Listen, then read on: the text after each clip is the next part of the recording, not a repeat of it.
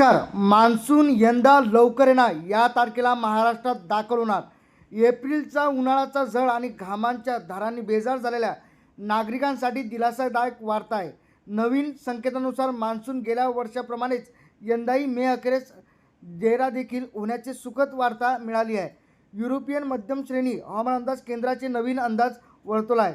त्यानुसार मान्सून अगोदर निकोबार बेटावर धडकेल. येत्या 18 ते 25 मे कालावधीत पावसाचे आगमन होईल. एकीकडे महाराष्ट्रातच नव्हे, देशाच्या अनेक भागामध्ये 40 ते 44 डिग्रीपर्यंत तापमान पोहोचलं आहे. उत्तर, मध्य आणि पूर्वोत्तर भारतात उष्णतेचे लाटेत रुपला आहे. तरी अल्निनोमुळे यंदा मान्सून लांबणीचा आणि पाऊस उशिरा येण्याचा दावा करण्यात येत होता. परिणामी शेतकऱ्यांसह सरकारही चिंतेत होतं.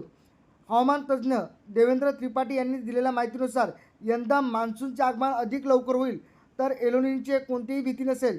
मान्सूनसाठी सध्या सकारात्मक वातावरण आहे, तर इंडियन असोसिएशन डायप्लोइस भूमिका महत्त्वाची मानली आहे.